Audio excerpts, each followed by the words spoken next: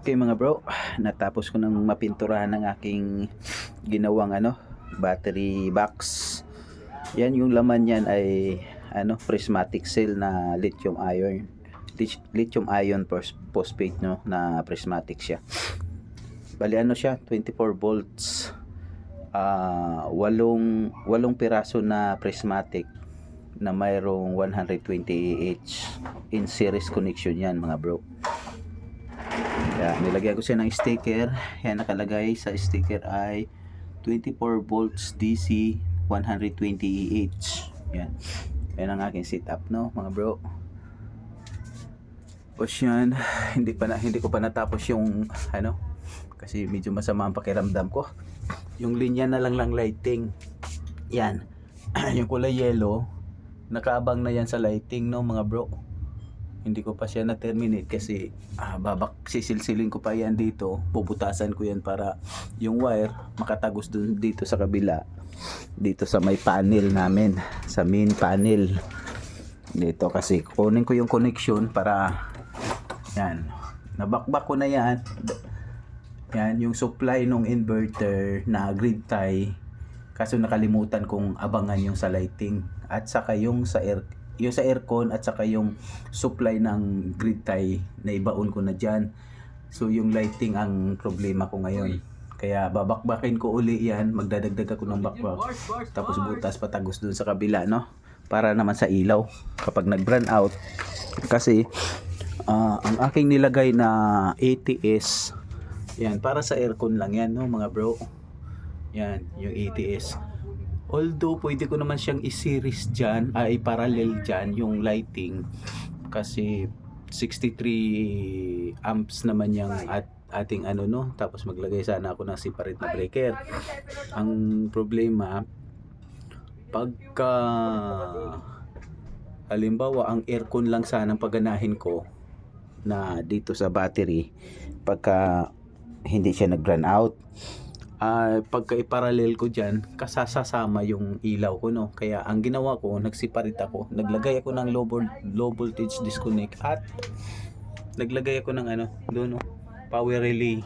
Yan sa taas, yung katabi ng dalawang pula yan, nakabox, yung may itim yan, hindi yan, power relay yan, na kapag ito ay ma-energize ng 24 volts, magbibigay siya ng signal doon sa power relay para yung pag umilaw yung green na yan, ibig sabihin naka-power na siya dito sa inverter, no, naka-power siya dito. Pagka na-energize na supply yan ng 24 volts, yan magbubukas yung normally open, magko-close yun, tapos yung normally close, mag-open siya.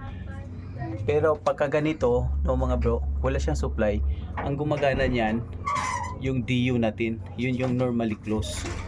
Kasi alam naman natin yung relay na pagka na-supplyan niya ng supply itong low voltage, matrigger ngayon yung normally open, magko-close yun, tapos yung close magko-open, no. Kaya pagka na buksan tong inverter, limbawa pagka brand out, yun lang paganahin ko yung ilaw, no.